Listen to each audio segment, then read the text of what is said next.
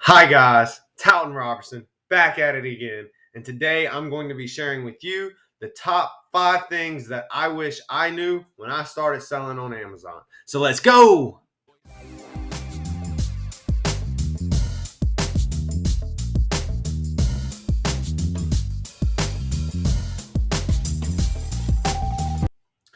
So before I get to the top 5 things that I wish I knew before I started selling on Amazon, I just want to go ahead and tell you guys, don't forget to like and subscribe so you don't miss any of my content. And secondly, I recently have dropped a new website and a Facebook group. So if you guys are interested in learning more about selling on Amazon or just trying to get involved in the community, I'm going to leave links to both of those in the description below. So be sure to check those out. So, number one, the first thing you want to know is that you don't have to learn everything in the beginning. It is better to just get started and learn as you go. I've been selling on Amazon for coming up nearly 3 years now, and in that time, I have learned a lot. And I will tell you wholeheartedly that you're not going to learn it all the first day, week, month, and even after 3 years. I'm still learning things every single day. So you do not want to go in this thinking you need to know everything. If that's the case, then you could succumb to paralysis by overanalysis. Essentially, what this means is you're too busy trying to learn things and know how to do it before doing it. And so, my best advice to give you would to be go ahead, get started, and learn as you go. And as you do, you will learn. So, keep that in mind. Don't be scared to just jump in feet first because, in all reality, that's what it takes. You just have to learn by doing. And as you do, you will learn more. And like I said, the more you learn, the more tools you have in your tool bag. And, eventually you won't have to learn as much because you'll know most of it. But it comes with time and then practice. So go ahead, put that practice into motion by doing, and you'll get better over time. Number two, rank is not as important as you may think. So, when it comes to Amazon, there's something called best sellers rank, or BSR for short. And this is basically a metric that they use to determine how much volume a product is doing. So, the number one ranked item is literally the best selling item in that category. Now, rank varies from category to category. So you cannot expect a 1 million rank in video games to sell nearly as often as a 1 million rank in the book category. So rank really isn't that important because you have to determine what the rank is in certain categories, and also rank changes. Rank is not a permanent factor. It's something that changes all the time. Today the rank may be 1. Tomorrow the rank could be, 100 or 300, So the rank changes all the time. So it's not one of your key metrics. Instead, I would look at either days of sales or uh, monthly sales, sales by quarter. Those are going to be much better metrics to look at how good a product is. And so if you don't have Keepa, you can use Keepa to see how much a product moves, whether it is the volume or even the price. So that would be a much better tool than to just look at the rank and just assume that, oh, the rank is good, this is a good selling product. Because that may not always be the case. For example, you may have a book with a rank of 300,000. And in the book category, that's not a terrible rank. But upon further inspection, you can see that the book recently sold, and that bumped the rank up to 300,000. When in all reality, that book has been 12 million for like the last 3 years. So, there are those special cases when you have a really slow selling item that just happens to catch a sale, and now the rank looks good, and you may think it's good at the time of purchasing it, but when you look at the data, you'll realize that the rank has been terrible for the last few years, and it's probably not a good investment. Number three, tools are necessary. So, like any other business, Amazon, if you're doing an Amazon business, you're going to need tools. Now, tools can vary. You're going to need label printers, tape guns, you name it, you need it, barcode scanners. There's a bunch of different things that you can use in your arsenal or your toolbox that's going to help propel you forwards. But I do want to make a note that tools are necessary. You cannot be a media seller without a scouting tool. It's just not going to work. And if you're also selling media, you're probably going to want a listing tool because Amazon's platform does not really work really well with media sellers. Media sellers have thousands of different items that are going to require thousands of different SKUs, and then actually putting them into Seller Central and then making your listing through there is just going to take way too much time. So I would recommend getting a listing software and a scouting tool if you're selling media.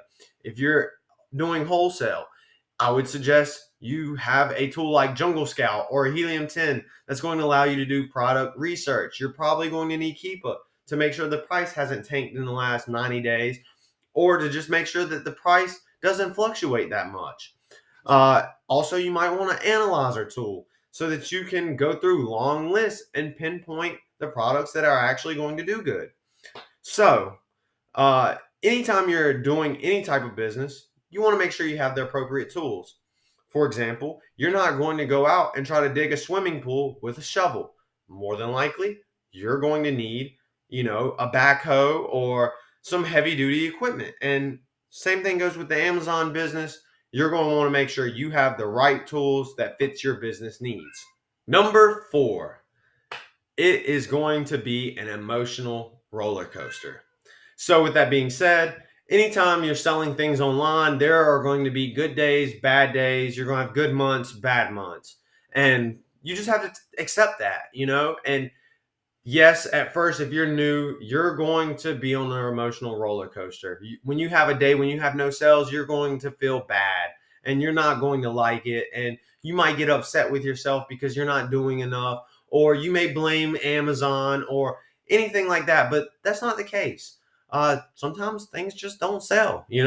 There are days when I hardly have any sales. There may be days when I only sell, 50 to $100 worth of items, which is not typical for me. Typically, I'm selling $200 to $300 every single day. Some days I sell a lot more, some days I sell less. And that's just the case. But, you're also going to have them highs. When you found a new product that you want to send into Amazon and you're not sure how it's going to do, you price it, a little high, and you sit there and wait. But then one day it just sells and you sell out your entire stock in that day because it had good sales. uh, that's awesome. You're going to feel that emotion come over you, and you're just going to be super ecstatic with your business and happy with the fact that you did that. So, anytime you're in business, you're going to have the emotions, and you just have to ride the wave. It's just that simple, guys. Don't get overwhelmed by it. Just know that tomorrow is a new day. And if you keep doing the right actions, it will eventually catch up and you won't have to worry about these negative emotions. Anytime you're adding risk to your business, there's going to be some emotions involved. But just know that what you're doing is the right thing. And as long as you're, reaching out, researching, and making sure that you're doing everything in your power to make sure that things are done to the best of your ability, then you're going to succeed. And that's that. So don't get overwhelmed by the emotions. Last but not least, number 5. And so, number 5 is basically, this is not a get rich quick scheme. And so, with me saying that, I'm not saying that you cannot make money with Amazon. Amazon has made me lots of money, and probably more money than I thought that I was actually able to make when I first started. Now that I've been doing it for several years, I actually know what the possibilities are. And with that being said, it's not, unusual for people to sell a few $100,000 in a year after doing it for a few years. Your first year, you're not going to do that. I do not expect anyone to come into this business, learn it, and make $1 million in their first year. If you do it, that's awesome. You must have done something that I didn't do, and you must have a different model. I'm not saying it's not possible. It very well could be. But for your average seller, it is not a get rich quick scheme. So my suggestion is not to focus on what your Amazon sales are. I would focus on the activities. When you focus on the activities, the results will come afterwards. So focus on the activities. Make sure that you are doing the actions that are necessary to grow your business and to keep momentum going, and you will have the money come in. But you're not going to get rich quick. It's going to take a lot of hard work, a lot of effort on your part. It could be long nights, nights and weekends, uh, driving to thrift stores, after work.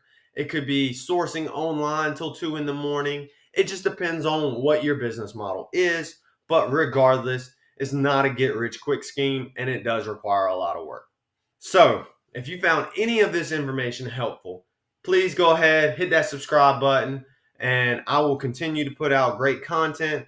I'm going to touch back base on my Facebook group. It's called Amazon FBA Mastermind. This is my free group. If you're interested in joining it, I'm going to leave a link in this description. Also, I just launched my new website, TaltonRobertson.com. So this is going to be a resource for all you guys so that you can have material available, how-to videos, blog posts, and even softwares that I recommend and supplies that I use in my own business. So if you're interested in any of that, go ahead, go over there, check it out, show your boy some love. Make sure you read a blog post, maybe you watch a video, whatever it is. Just get some knowledge in. It's a resource that I'm building for you guys. I'm passionate about this business, and I'm passionate about other people succeeding. I do not want to see anyone fail, but at the same time, we all learn from our mistakes. So don't be scared to fail, because whoever fails the fastest and learns the quickest is going to be the most successful. So let's get out there. Let's get hustling. Let's keep it up, guys. All right. I'll see y'all next time.